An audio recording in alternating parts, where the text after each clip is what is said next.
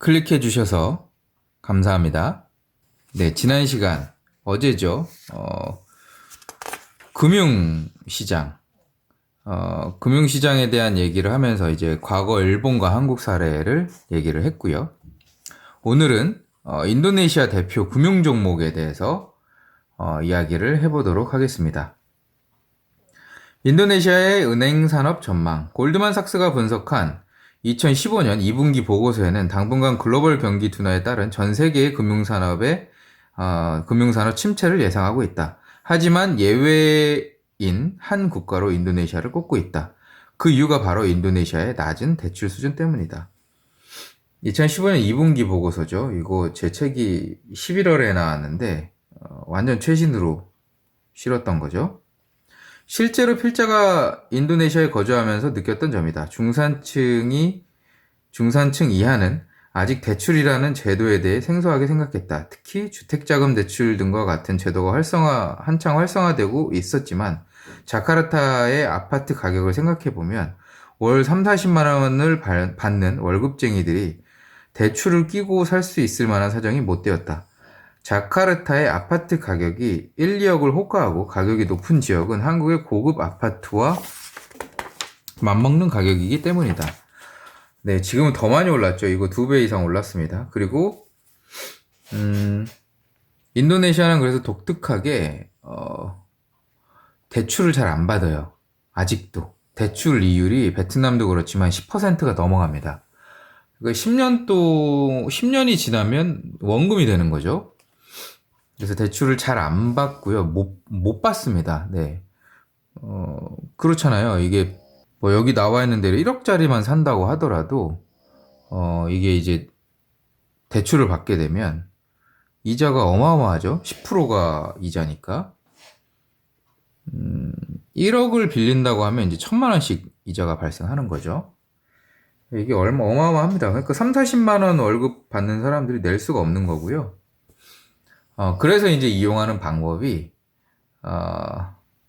인스톨먼트 프로그램을 이용합니다.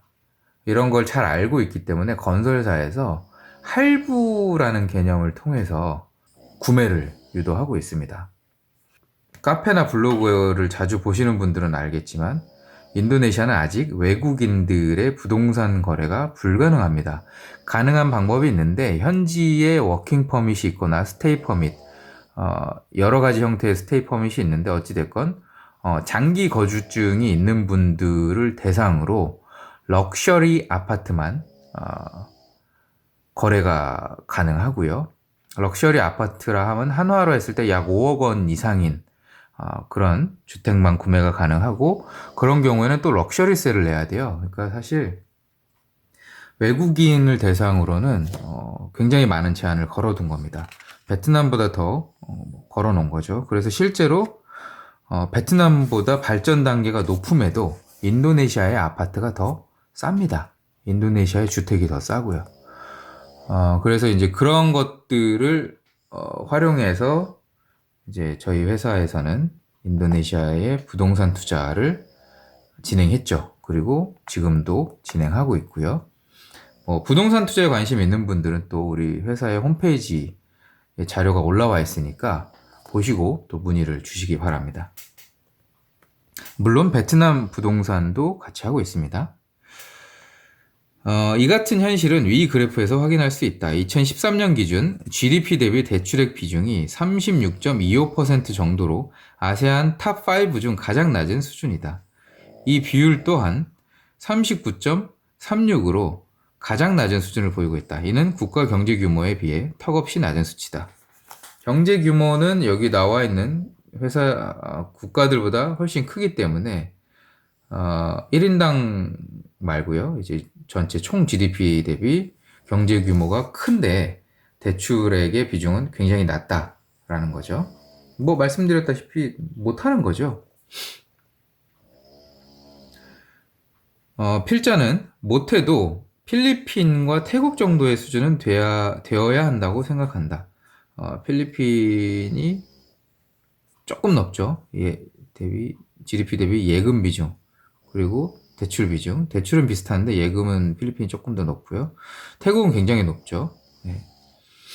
이게 많은 분들이 되게 착각하는 게 인도네시아 10년 전도 그랬고 아직도 그대로야. 변화 없어. 동남아 시장 10년 전에도 그랬고 변화 있는 나라가 없어. 이렇게 얘기하시는 분들도 있는데 사실이 아닙니다. 실제로 말레이시아도 굉장히 빠르게 성장을 해서 여기까지 왔고요. 실제로 GDP라던가 뭐 이런 것들이 굉장히 높은 수준까지 올라왔습니다. 임금도 마찬가지고요. 태국도 마찬가지입니다. 제가 처음에 한국에 복귀해서 이제 컨설팅 회사에 있으면서 봤던 태국의 임금이 아니죠. 현직에 있을 때 인도네시아에 있을 때 태국의 임금이 지금의 인도네시아 수준이었어요. 그러니까 최저임금이 한 350불 정도 됐던 거죠. 근데 지금은 훨씬 많이 올랐습니다. 태국의 최저임금. 계속 인건비 올라갑니다. 인도네시아도 마찬가지고 베트남도 마찬가지입니다. 최근 인도네시아는 지속적인 임금 인상 정책을 펴고 있다. 당분간 물가 수준에 맞춰 매년 10에서 15% 정도는 임금이 인상될 것으로 예상한다. 이렇게 임금 수준이 높아지면 당연히 예금, 적금, 대출 등 은행 서비스에 대한 이용이 많아지기 시작한다. 뿐만 아니라 인도네시아에는 특이한 금융제도가 있다. 바로 이슬람 신도를 위한 샤리아 금융이다. 이건 증권시장에도 있죠. 간단히 설명하자면 이슬람 금융은 이슬람 율법에서 허용하는 테두리, 즉 샤리아 안에서만 투자 활동이 가능하다. 요거 이제 할랄한 내용, 할랄하다고 얘기를 해요. 할랄이라는 인증이 있죠. 이슬람의 인증, 이슬람 율법에 맞춘 그런 회사들을 이제 샤리아 종목이라고 하고 할랄한 그런 회사다라고 얘기를 합니다. 그 반대말은 이제 하람하다라고 얘기를 하고요. 하람한 건 이슬람에 반하는 그런 사업 분야라던가 이런 것들을 얘기하는 거겠죠. 그러니까 할랄을 뭐 음식이나 화장품 이런 데만 받는 게 아닙니다. 금융에서도 적용되고 모든 실생활에도 적용되고 모든 거에 적용이 됩니다. 그 사람의 행동 이런 것도 적용이 되고요. 어쨌든 네, 거기까지만 하고 모든 사업이 이슬람 법학자들로 구성된 샤리아 위원회에서 승인을 받아야 사업 가능한 구조이며 근본적으로 대출이자 사업을 금지하고 있다. 그렇죠. 이자 수치를 못하게 돼 있죠. 이에 따라 그 이슬람 율법에 맞는 다양한 금융상품이 출시하고 있다. 자산을 투자한 투자자는 동업자가 되어 이익을 공유한다는 개념의 상품들이라고 생각하면 된다. 이슬람 금융에 대한 방대한 내용을 모두 소개할 수 없어 이 정도만 소개하겠다. 그러니까 뭐 그렇게 생각하면 돼요. 이자를 수취한다기보단 주주 개념으로 배당금을 받는 거죠. 네. 그런 형태로 진행이 되고요. 그러니까 뭐 만약에 예금을 한다라고 하더라도 그 예금이 예금에 대한 이자를 수취한다라기보다는 그 예금을 이제 조합금처럼 해서 배당금으로 생각을 하는 거죠.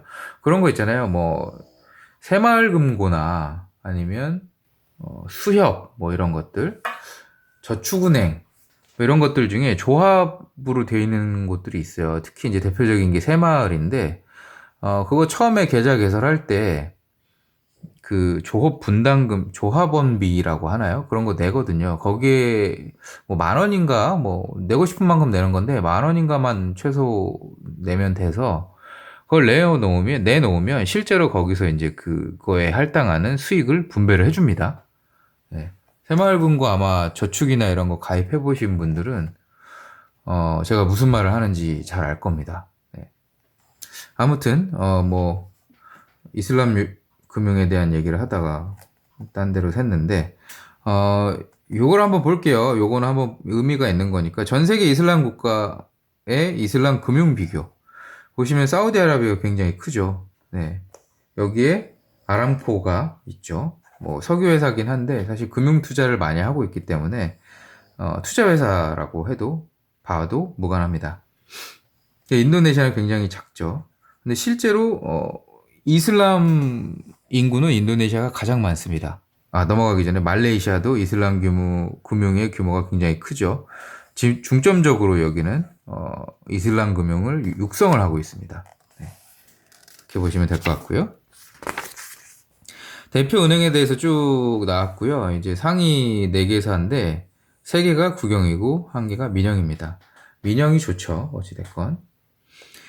인도네시아의 현재 이슬람 금융 규모는 이제 초기 단계다. 여기서 주목해야 할 점은 2억 5천 명이나 2억 5천 명? 2억 5천만 명이죠.